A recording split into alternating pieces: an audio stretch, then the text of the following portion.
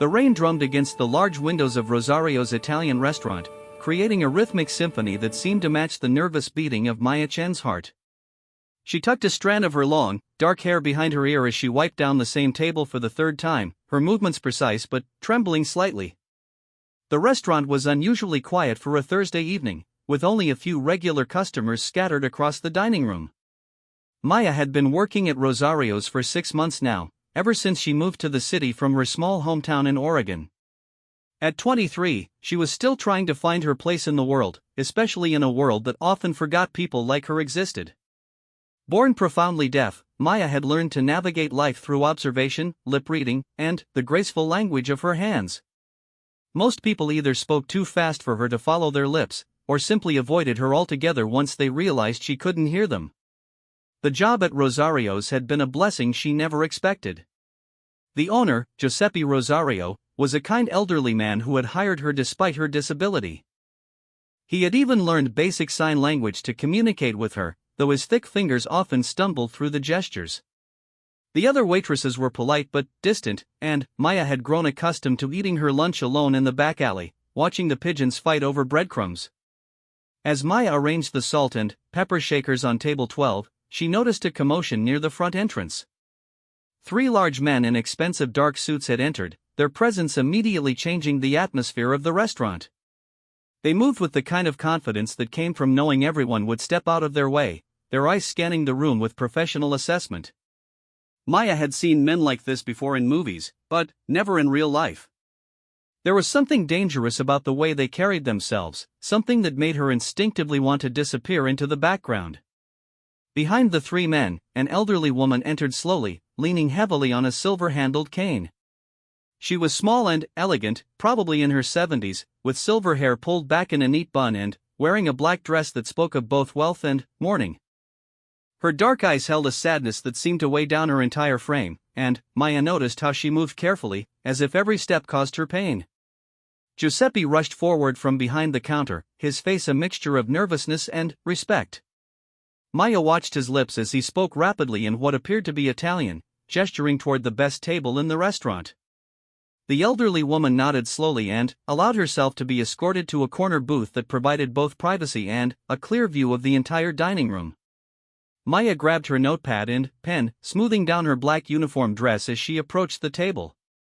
She had learned to be direct about her deafness early in each interaction to avoid confusion later. As she neared the table, she could see that the 3 bodyguards had positioned themselves strategically around the restaurant, one by the door, one near the kitchen entrance, and one at the bar where he could watch both the elderly woman and the street outside. The woman looked up as Maya approached, and, for a moment, their eyes met. Maya was struck by the depth of sorrow she saw there, a grief so profound it seemed to emanate from the woman's very soul. Maya pulled out her notepad and wrote quickly, "Good evening. I'm Maya, your waitress tonight. I'm deaf, so I'll write to take your order. What can I bring you to drink?" She turned the notepad toward the woman, expecting the usual reaction, surprise, awkwardness, maybe pity. Instead, the elderly woman's eyes widened with something Maya couldn't quite identify. The woman looked at Maya's hands, then at her face, then back at her hands again.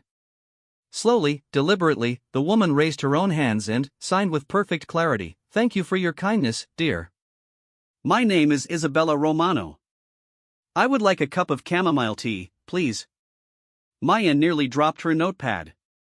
In 6 months of working at the restaurant, this was the first customer who had communicated with her in sign language. She felt a rush of emotion so strong it brought tears to her eyes. Quickly composing herself, she signed back, "It's wonderful to meet someone who signs. Are you deaf as well?" Isabella shook her head gently, a soft smile crossing her weathered features. "No, child. My grandson is deaf. I learned to sign when he was very young." Her hands moved with the fluid grace of someone who had been signing for decades, each gesture precise and filled with emotional weight. As Maya signed her acknowledgement and turned to get the tea, she noticed that the 3 bodyguards were watching the interaction with intense interest.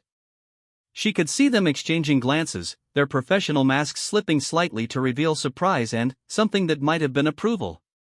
When Maya returned with the steaming cup of chamomile tea, Isabella gestured for her to sit down. Maya glanced around nervously. Sitting with customers was strictly against restaurant policy, but something in the older woman's eyes made her slide into the booth across from her. "Tell me about yourself, dear," Isabella signed, her movements slow and deliberate, as if she had all the time in the world. "How long have you been deaf?" Maya's hands moved hesitantly at first, then, with growing confidence as she found herself in the rare position of being able to communicate freely with a customer. "I was born deaf. My parents learned some sign language, but they always seemed frustrated that they couldn't fix me. I've been on my own since I turned 18. Isabella's expression grew tender, and she reached across the table to gently touch Maya's hand. "Being deaf is not something that needs fixing, child. It's simply a different way of experiencing the world." For the next hour, Maya found herself lost in conversation with this remarkable woman. Isabella told her about her grandson, Marco, who had lost his hearing in a childhood accident. She described the challenges he faced, the way people underestimated him, and how she had made it her mission to learn not just sign language, but deaf culture and advocacy. Marco was brilliant, Isabella signed with obvious pride. "He's an artist now, creates the most beautiful sculptures. But it took years for his father to see past his deafness to his talent." Maya felt a connection to this woman unlike anything she had experienced before. Here was someone who truly understood the daily struggles of navigating a hearing world, someone who saw deafness not as a limitation but as a difference to be respected and accommodated. As the evening wore on, Maya noticed that Giuseppe was growing increasingly nervous about her extended conversation with the customer. She could see him hovering near the kitchen entrance, wringing his hands and casting worried glances toward their table. The three bodyguards remained alert but seemed less tense than when they had first arrived. "I should probably get back to work," Maya signed reluctantly. "My boss is getting nervous." Isabella followed Maya's gaze toward Giuseppe and nodded understandingly. "Of course, dear. But before you go, I want you to know something." She paused, her hands still for a moment as she seemed to gather her thoughts. "I lost my son recently. My only child.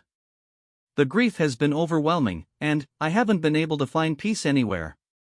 But, talking with you tonight, being able to use the language I learned for my grandson's sake, it's the first time in weeks that I've felt truly connected to another human being." Maya felt her heart break for this grieving mother. She reached across the table and took Isabella's hands in her own, a gesture that transcended any language barrier. "I'm so sorry for your loss. I may not have children of my own, but I can see how much you loved your son." Isabella squeezed Maya's hands gently, tears beginning to well in her eyes. "He would have liked you very much.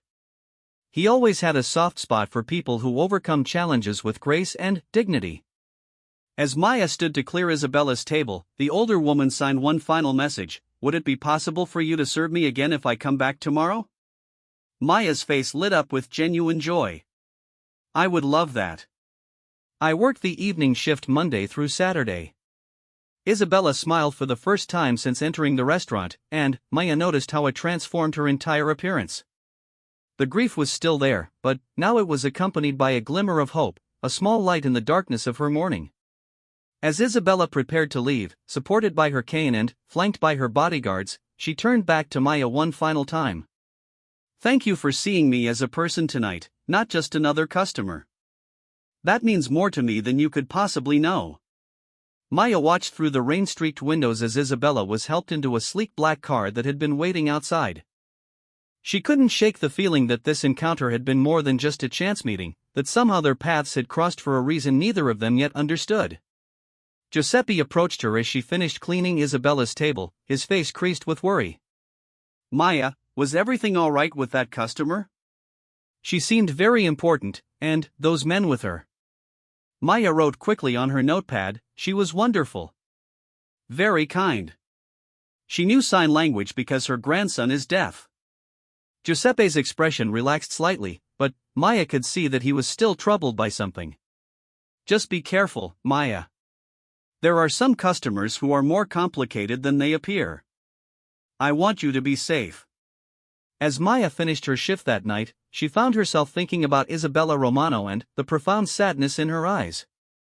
She thought about what it must be like to lose a child, to have that fundamental connection severed forever. But she also thought about the moment when Isabella had first signed to her, the surprise and joy of finding unexpected understanding in a place where she usually felt invisible. Walking home through the quiet city streets, Maya didn't notice the black car that followed her at a discreet distance, or the careful eyes that watched to ensure she made it safely to her small apartment. She was too lost in thought, too amazed by the evening's events to pay attention to her surroundings.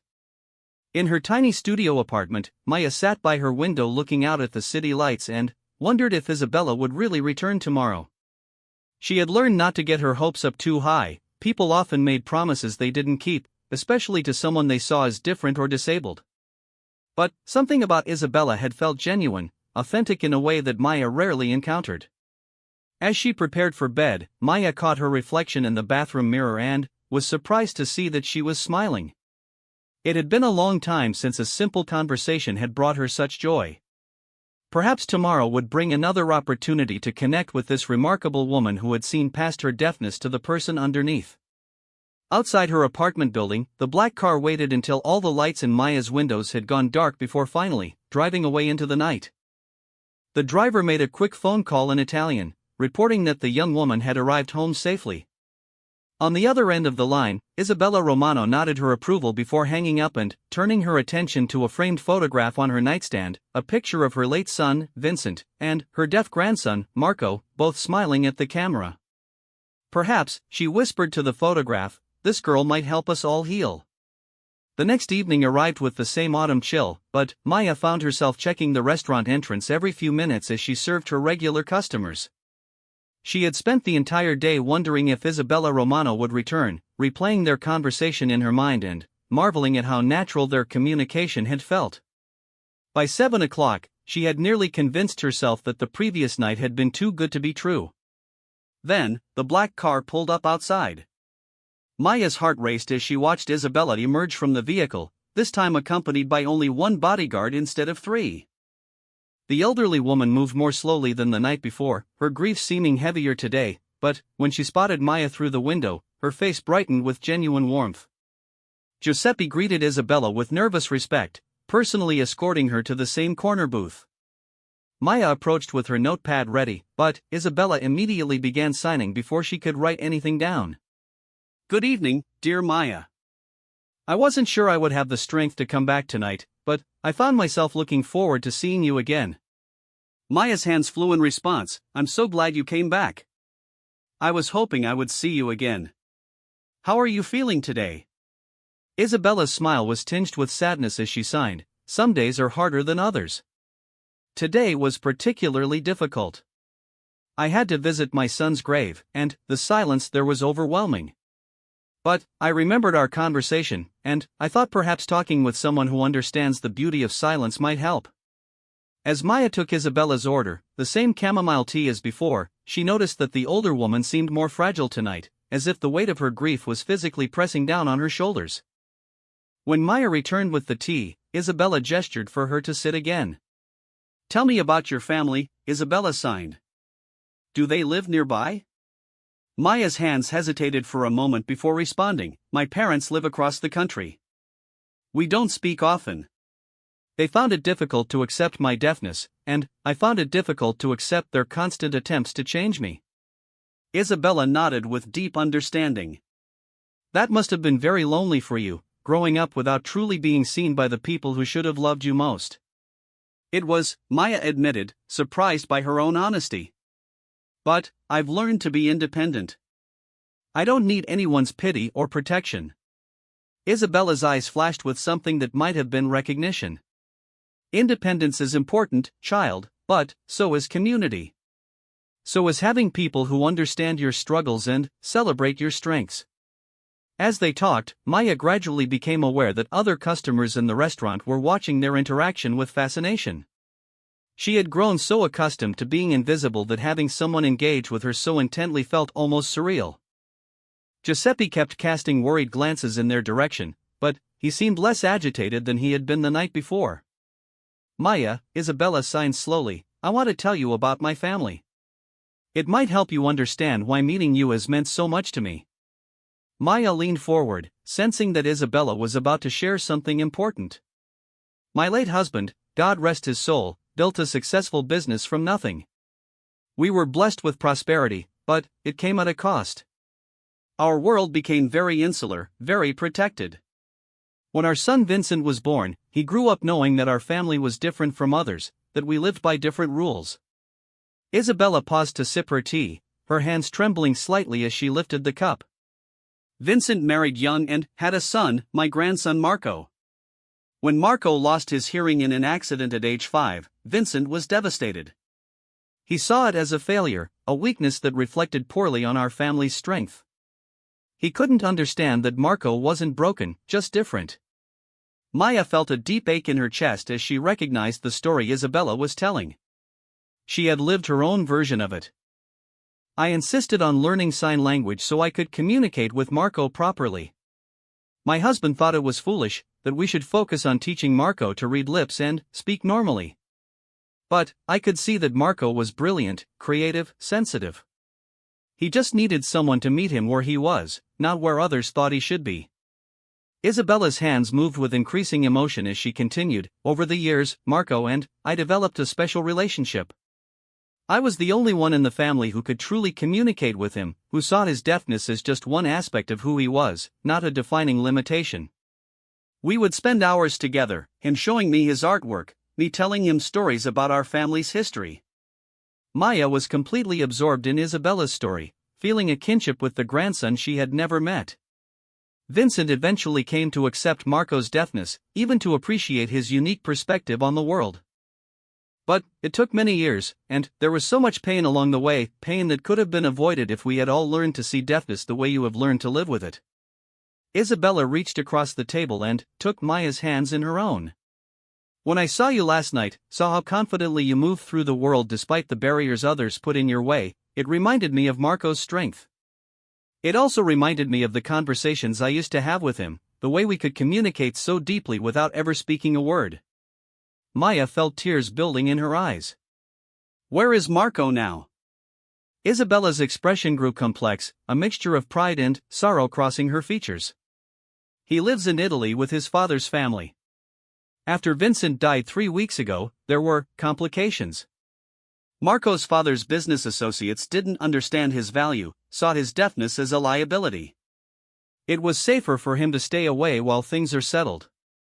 Maya sensed there was much more to this story, but she didn't press. Instead, she signed, "You must miss him terribly, especially now when you're grieving your son." "Every day," Isabella replied. "But, seeing you, being able to use the language I learned for his sake, it makes me feel connected to him somehow. As if he sent you to me when I needed to remember that there is still beauty and strength in this world." As the evening progressed, Maya learned more about Isabella's life. The older woman spoke carefully about her late husband's business, describing it in vague terms as import-export and family enterprises. She talked about the isolation that came with their lifestyle, the way wealth and power could become prisons as much as privileges. People see the cars, the bodyguards, the expensive clothes, and they think we have everything, Isabella signed.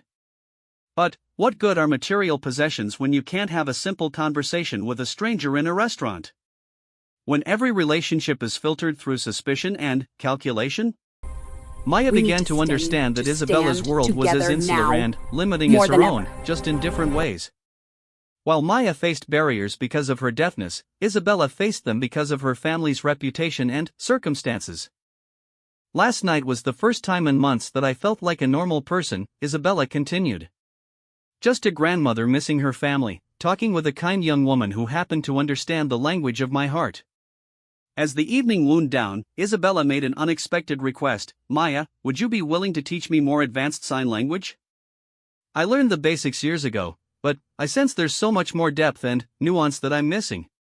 Maya's face lit up with enthusiasm. "I would love to. Sign language is like any other language, there are layers of meaning, poetry, humor. Most hearing people only learn the surface level." "Then, it's settled," Isabella signed with determination. "I'll come back tomorrow, and you can be my teacher as well as my friend." As Isabella prepared to leave, she pulled out an elegant business card and wrote on the back, "This is my private number.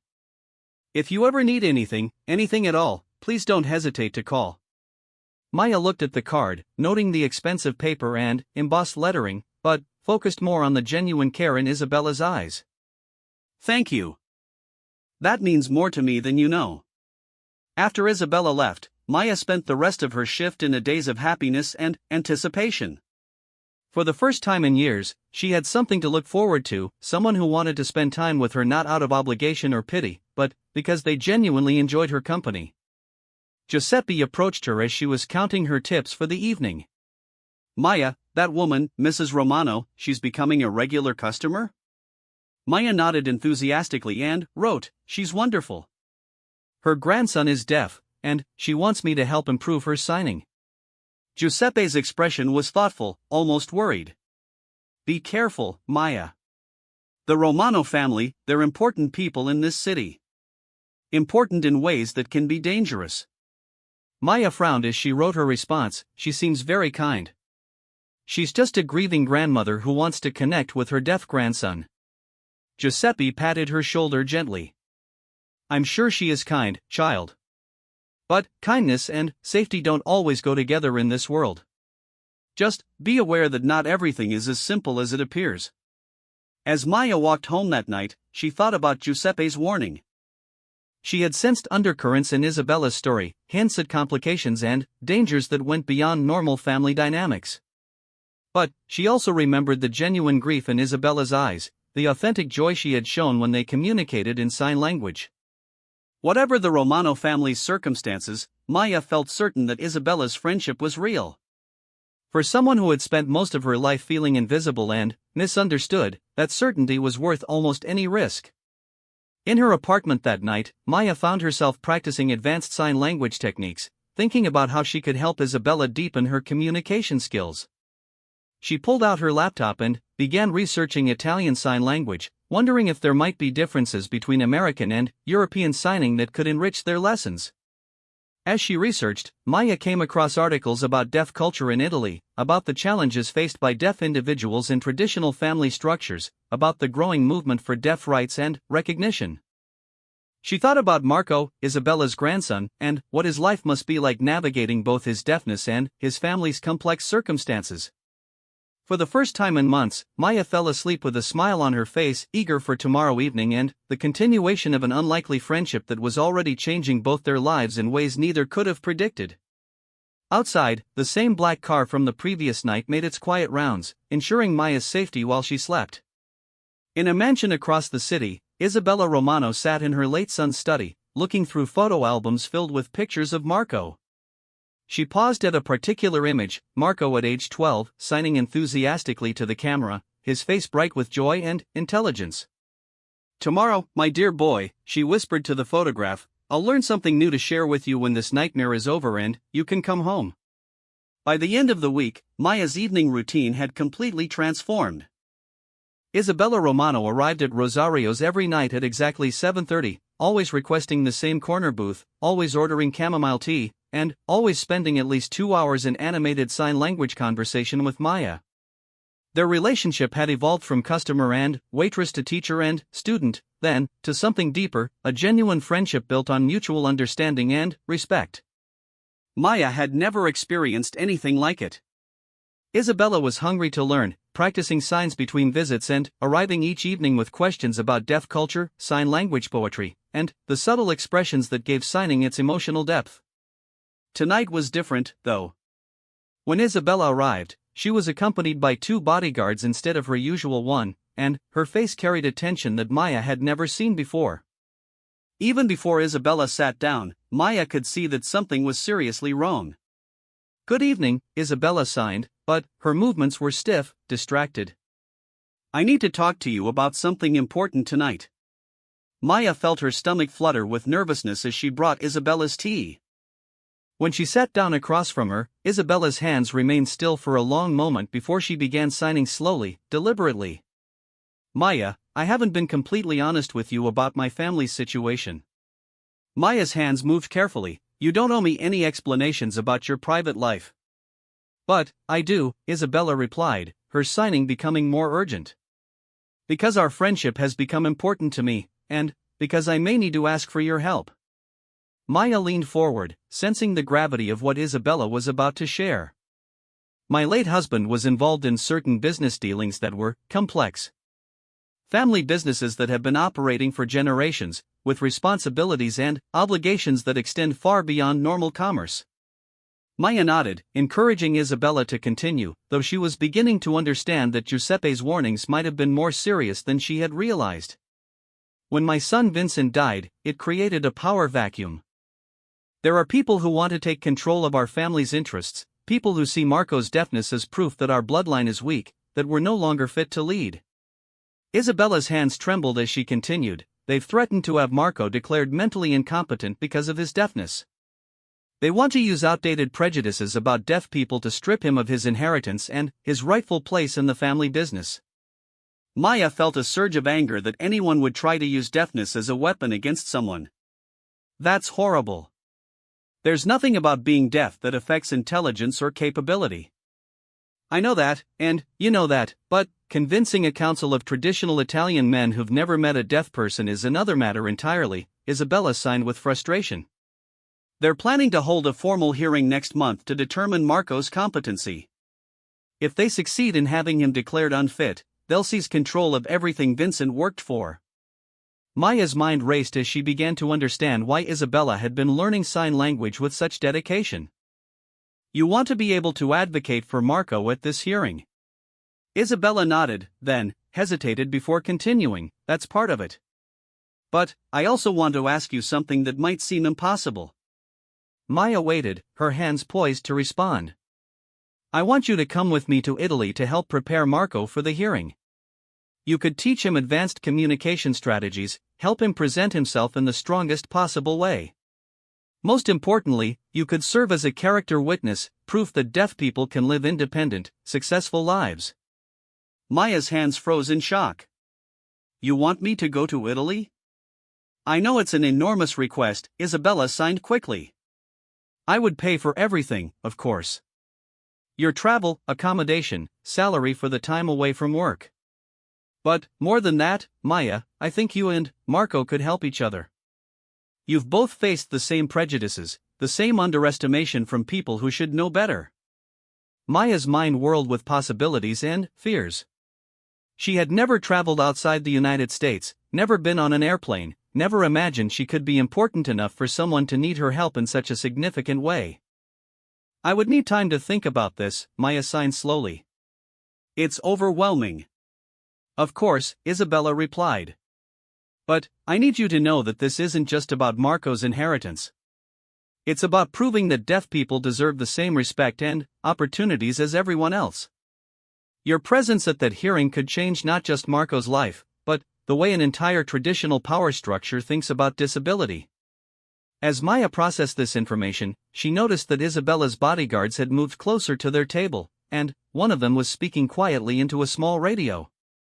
The atmosphere in the restaurant had grown tense, and Giuseppe was hovering near the kitchen, clearly agitated. Isabella, is there immediate danger? Maya asked, her hands moving with concern. Isabella followed Maya's gaze around the restaurant and sighed. There's always some level of danger in my world, dear. But, tonight there are rumors that Marco's cousins are planning something to force the competency hearing to happen sooner than scheduled. They know I've been preparing. Maya felt a chill of fear, but also a surge of protectiveness for the young man she had never met but felt connected to through Isabella's stories. What kind of preparation have you been doing? Isabella's expression grew determined. I've been documenting everything about Marco's capabilities, his artwork, his education, his independence. I've also been learning everything I can about deaf culture and sign language so I can speak authoritatively about his communication abilities. Maya suddenly understood the true depth of Isabella's commitment to these evening lessons. She hadn't just been learning sign language for personal connection, she had been preparing for battle. There's something else, Isabella continued, glancing around nervously. Marco doesn't know about the competency hearing yet. His father thought it would be too stressful for him while he's grieving Vincent's death. But, if these rumors are true, if the hearing is moved up, we may need to tell him soon. Maya's heart ached for this family torn apart by grief, prejudice, and power struggles. She thought about her own experiences with people who had underestimated her capabilities because of her deafness, and she felt a growing determination to help. If I agreed to come with you, Maya signed carefully, what exactly would you need me to do? Isabella's face brightened with hope. Help Marco prepare for the hearing. Teach him strategies for communicating clearly with people who don't sign. Share your experiences of living independently as a deaf person.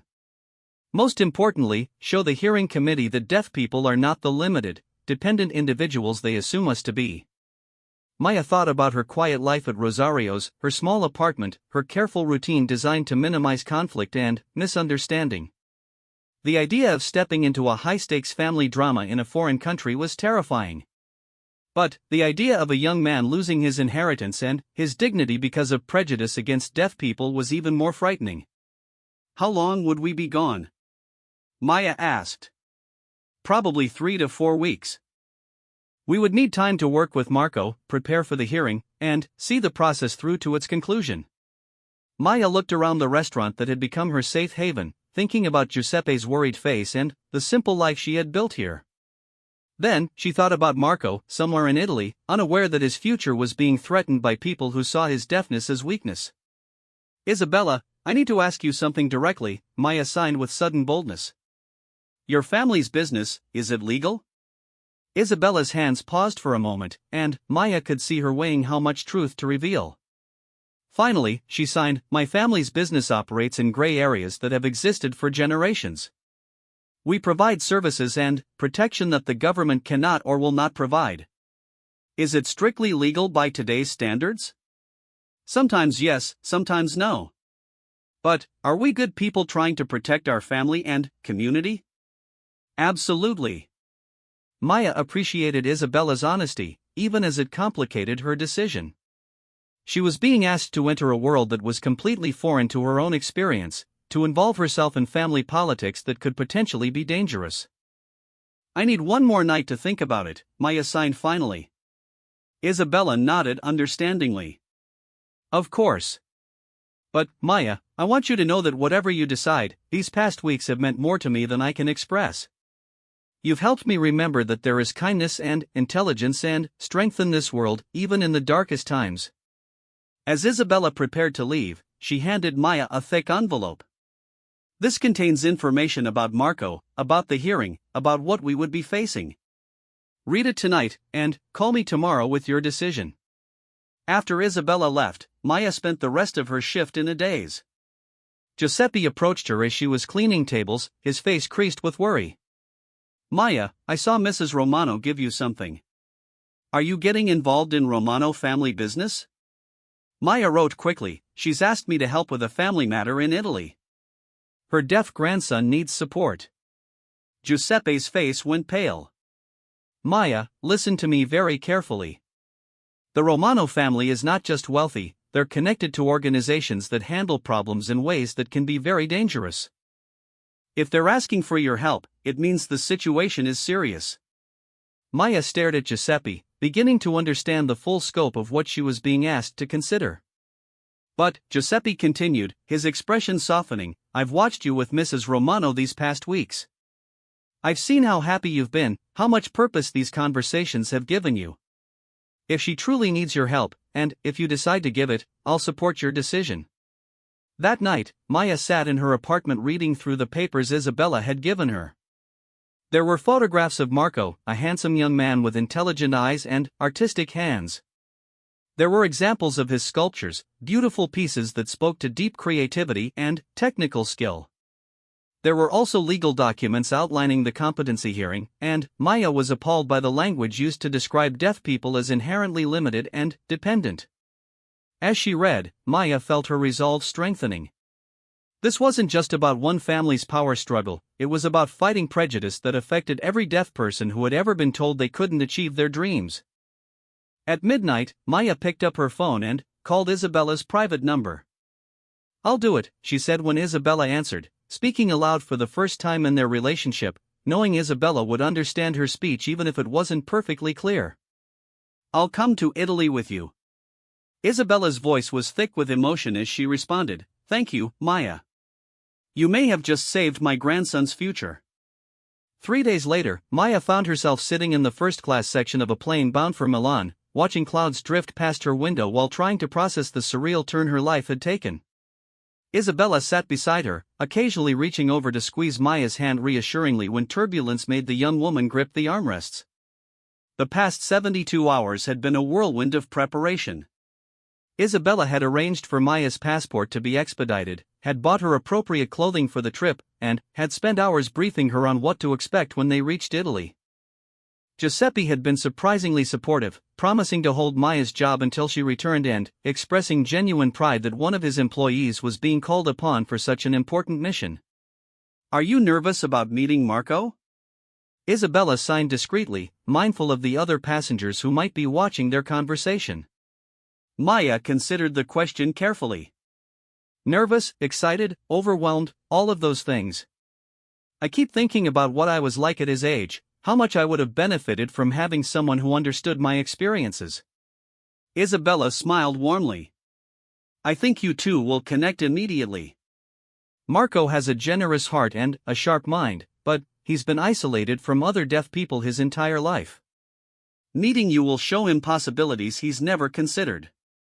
As the plane began its descent into Milan, Maya felt a